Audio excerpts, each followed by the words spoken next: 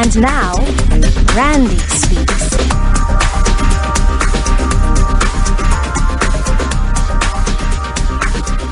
Good morning, good afternoon, or good evening, whatever the case may be. Folks, I find it difficult to believe that Dr. Carl Sagan has been dead now for some 13 years. I'm reminded of him just about every time I open a book, access an internet site, or discuss scientific matters with colleagues. He's been in my mind recently because of the heavy attrition rate of my friends. My heroes are all passing away. Isaac Asimov, Dick Feynman, so many who have inspired and encouraged me over the years. Carl was very much aware of the need for science education for everyone, not because he expected that everyone would become a scientist, but because he felt that every citizen should know, at least to some degree, how the real world functions. I couldn't agree more.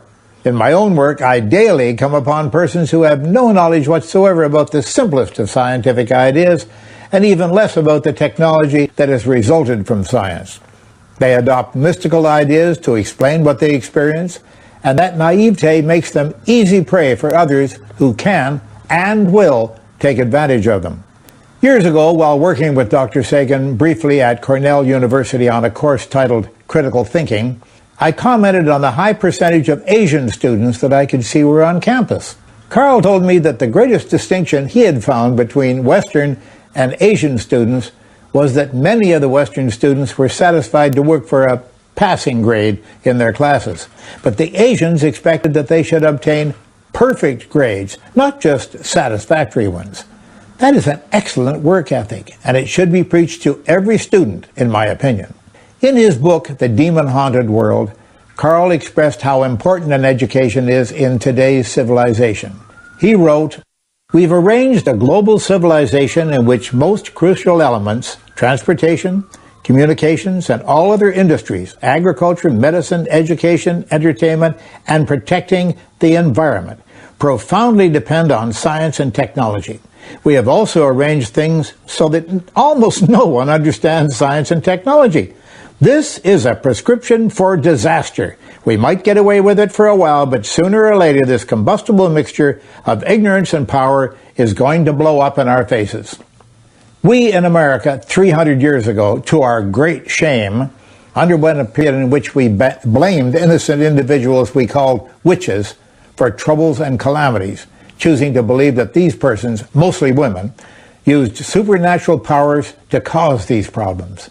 We hanged these innocent citizens at the same time that our brothers in England, France, Italy, Germany, and Spain were burning them alive as punishment. Carl Sagan pointed out that in those earlier times, there were reasons for fear and superstition, reasons that should not be part of our mindset.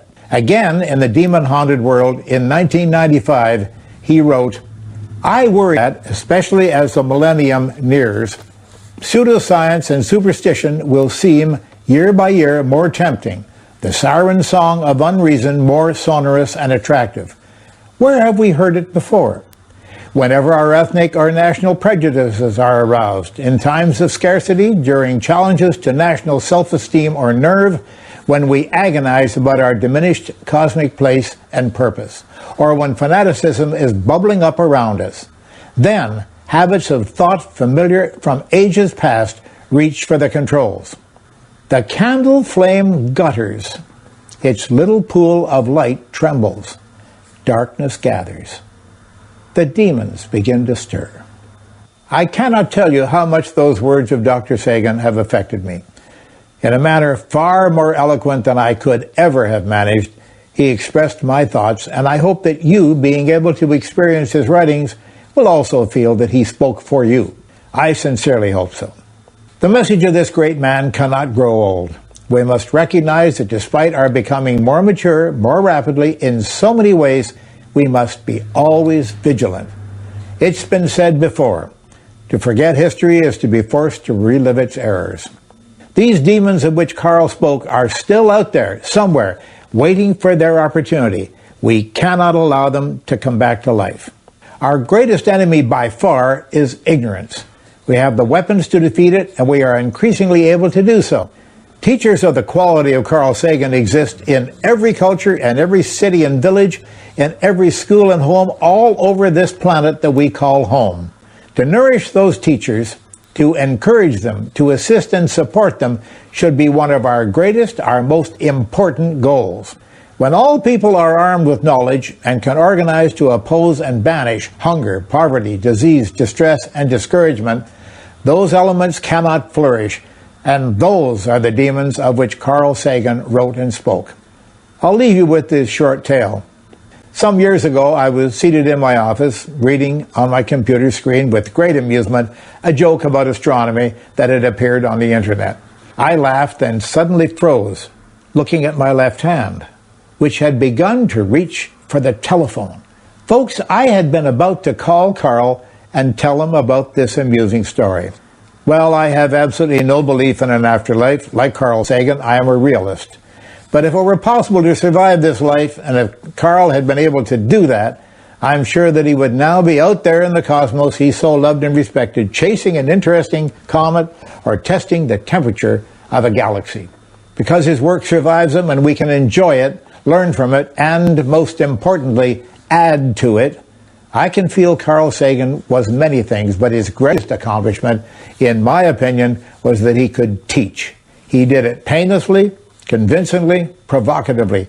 He not only knew his subjects, but he loved them in the classic way that all great teachers have followed. He had a firm, modulated voice and a superb manner of expressing his thoughts, a manner that was both poetic and colorful. He could be understood by anyone who would read his words. I'm James Randi. Thank you, and thank you too, Carl. It's time for